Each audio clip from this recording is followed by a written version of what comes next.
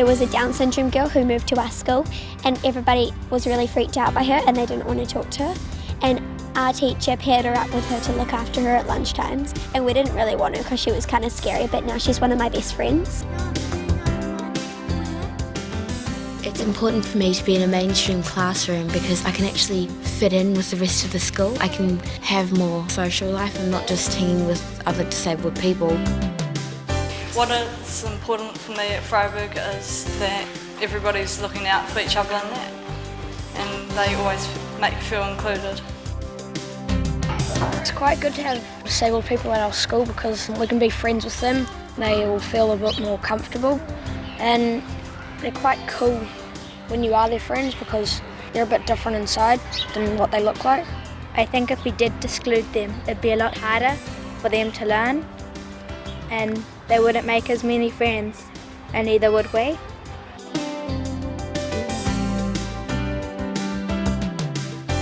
And I remember the appointment with the principal who said, "What's wrong with the special school up the road?" And my response to that was, his sister doesn't go there. She's got a right to an education just like any other child has. And she should get that. Just because she takes a bit longer to learn, why should that be taken away from her? You know, why is it that when I asked for my son to be in computer class, that the school rang up and said that he couldn't be because there was only 30 computers and there were 31 students wanting to be in that class. And my response was, what makes him number 31? Parents come into a school with a lot of frustrations, a lot of feelings of sadness, grieving, disappointments, huge challenges. Is my child going to be accepted in this school? Are they going to be provided with a program that will suit their needs?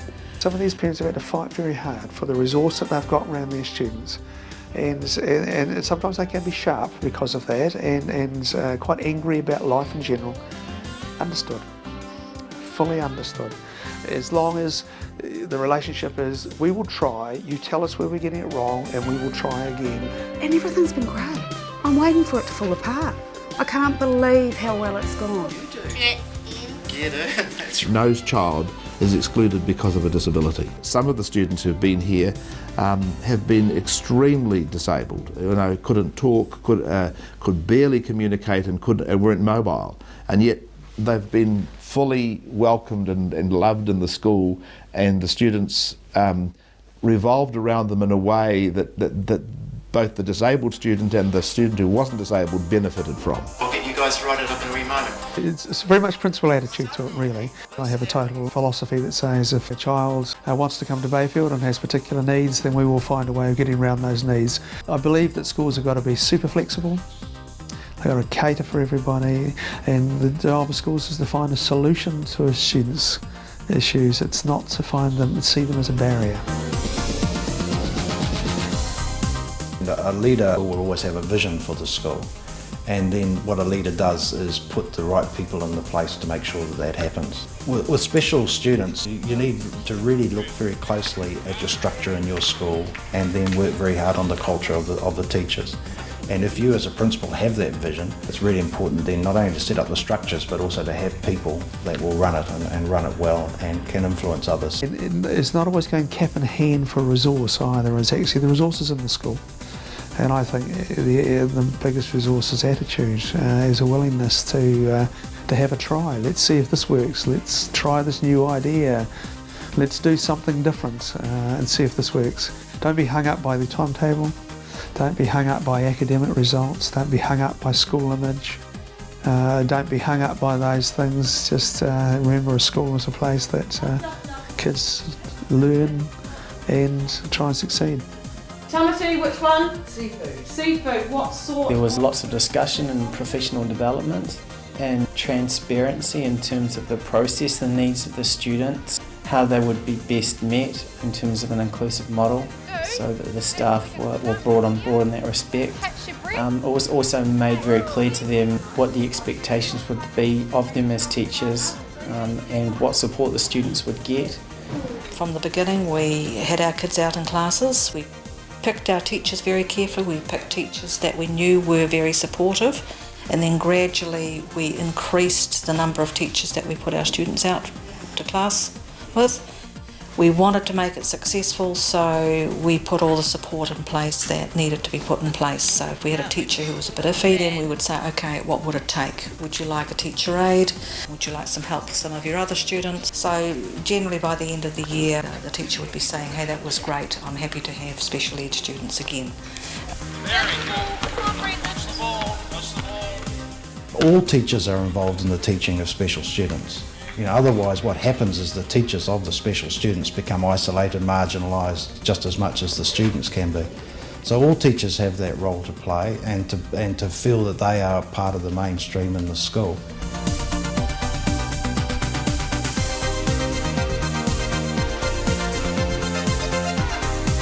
Never leave teachers isolated. That's the first thing you don't do, nor do you allow them to feel isolated. The other thing you have to have is that it doesn't matter if it doesn't work the first time. It doesn't matter if things are not quite gelling. We will sort it as long as there's discussion and dialogue. So mistakes don't matter. We've got a very good RTLB. We've got deans. We've got our HOD special needs. We've also got peer mentoring, peer tutoring programs that are going, and obviously our guidance counsellor, APs, DPs. All those are people that teachers can go to if they're feeling like they're needing a bit of help and working with a particular individual. Great work, Tegan. As a teacher, you never feel like you're left out in the cold. There's a lot of support there, and I guess that transfers into a supporting environment for the students. So me feeling supported, me feeling comfortable, and me feeling like Bayfield offers a caring environment creates that for the students in turn. One more go each. There's always going to be a spread from the able to the less able in any classroom, and so I think the idea of being able to give staff training and help in dealing with that spread is going to be vital for any school. We've spent quite a lot of time with our staff on literacy, Bloom's taxonomy, choice theory, thinking skills, all those things, providing tools for teachers. The teacher's job is to teach everybody in the class, but the teachers don't have all the skills. Absolutely, don't expect that. But what we expect is a system that allows teachers to say, this one I can't do, help. And someone comes along and doesn't attach to the child, attaches to the teacher and says, I can help you with this one. Here's the interesting bit. Suddenly, this happens. The RTLB can come in and look at helping put programs together for the class or for the individual. Sometimes the best plan is actually to have a teacher aide go in and help run the class while the teacher, the skilled practitioner, is working with a special needs student. What about Sean? I have all the teacher aides. I look at where the special needs students are, and then I will allocate a teacher aide to that class, but not to the student. Hey. I've tried the other way, and the student gets isolated, the teacher aide sits beside them, which cuts them off from all contact with other students. Kids stay away because there's an adult there, and quite often it also isolates them from the teacher because there's an adult dealing with them anyway. So, just the introduction. When you've done the introduction... We have had students who have come to the school who've had a lot of teacher aide support. They become very attached to that adult, and that adult then takes the role of a parent. They then sit back and let somebody else do everything for them, and they don't have any independence. And when the teacher aide's sick, they're lost, and then you actually know how dependent that child is. I also rotate teacher aides, so one teacher aide might go into one class for English, but another teacher aide would go in for maths. So nobody owns a particular teacher aide. We have learning teams associated with every student. So yesterday I attended 9 Atlee's learning team, and I was sitting down with all of the teachers that teach Tegan's group, and we looked to see how we maybe take a theme or understand how students are working in different environments. For instance, they'll love a subject and not like another subject, so we try and gain benefit from what strategies are working with other teachers that we might use as a common approach. What happens here? That's empty. Yeah, but you get out. You get out, that's right.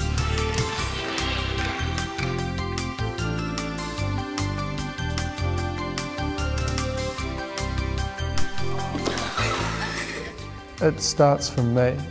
I treat everybody the same, and I guess I create an environment where the kids see me doing that, and I hope that I am enough of a role model for them to look at my behaviour and think that this is the way that you should be acting. At year 9 and 10 levels, students are more conscious of difference, and so my role in the classroom is to try and not focus on that difference, but to create an environment where everybody is the same with equal opportunities. The children themselves had a very strong sense that they wanted to be part of the group of all children at school. They didn't want to be seen as different, they didn't want to be treated differently. And we had several students in our study who said that they wanted their teachers to have high expectations for them, and they wanted to feel that they were being challenged at school. And they didn't want teachers to assume that because they had a disability they would not be able to participate. I've had Tamati for 2 years. When he first arrived, he constantly called out. He would never put his hand up, and I had to really stamp down on him. But that has had a huge effect. His behaviour has improved. It's just expected now that he puts his hand up and is just involved with everything, with the way that the whole classroom is run. That he is expected to behave, he's expected to do his work. At the beginning of the year, the teacher needs to set up a culture that's accepted by all, which says that every learning need is different in every individual. That starts from extremely able students right through to students who need a lot of support. Exactly. They've turned the tap on, but they've only put a little bit in. Why do you think they only want to... The type of teaching that I try and do is differentiated learning. So I try and choose tasks that are rich mathematically, so that a 5-year-old would basically understand what the topic's about, but a university student would still find plenty of challenge within the task. So this morning we were looking at how graphs tell a story, and graphs tell a story at different levels of interpretation. Yesterday I had marble sliding down a ramp that I imagined was a skateboard ramp, and we were looking at what would be happening to the height was the simple idea, but what would be happening to the speed is a more sort of complex question that other students in the class will pick up on. If you do a skill approach, you can cater for all levels. If you try to do one thing that covers everybody, it doesn't work.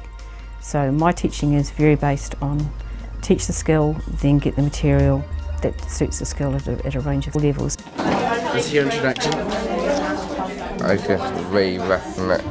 Students in our class tend to work together quite a lot in maths and English, because maths and English isn't necessarily for everyone, so we sort of like mix together to sort of like let everyone have a fair share of the knowledge that goes around. So how are you thinking? How are you going to do your introduction? Students who have to help other students, they're actually reinforcing their ideas anyway, so they're not missing out. So everybody wins when you work in groups. It also makes students recognise how other children learn. What they find easy, other students find difficult, and perhaps they then appreciate more what they've got, their own natural ability. Maybe we should turn it on. Rebecca has a little bit of problem with science because she has problems concentrating. So we always help her, and she really enjoys the experiments where we get to make things light up and stuff.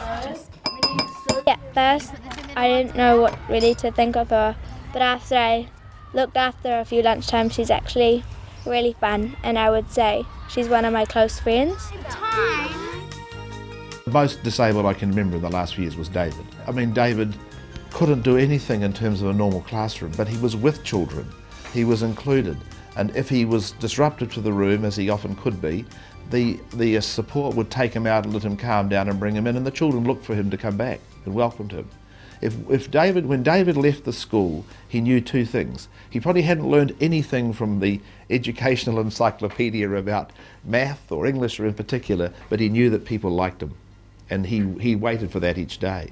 Now, I think that's really important.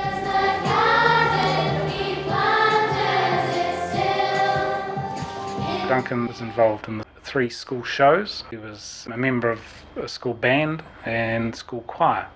I remember one concert he was playing drums in the school orchestra, and could say his timing wasn't great. He's a little out of time. it was apparent to everyone that someone in the orchestra was out of time, and it was pretty clear who it was. But no one mentioned it, no one made a fuss about it.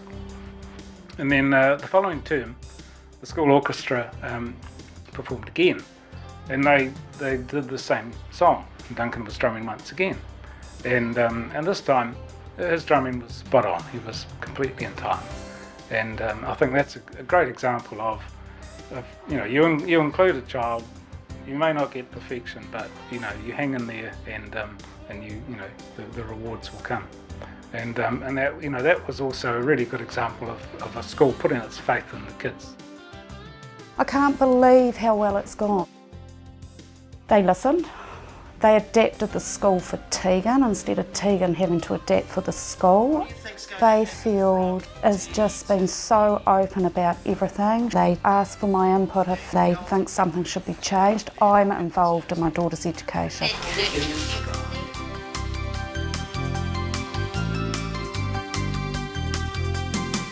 We already know that there are secondary schools in New Zealand and in other countries which do include diverse groups of students. It's not good enough to say the structure in a high school doesn't work to allow us to include all students. We need to turn that around and say, how can we change the structure so that they are able to include all children in their community and teach all children in their community and do that well? We're long past the time that disabled children, young people and their families have to beg for their rights to be delivered. It's not about charity or benevolence anymore, being kind to disabled children. It's about people responding to their rights, which are actually enshrined in education legislation, in international conventions and in the New Zealand Disability Strategy. Each school is required to recognise the rights of disabled children and ensure that their school is an inclusive community and that those children are a part of that community on the same basis as other children.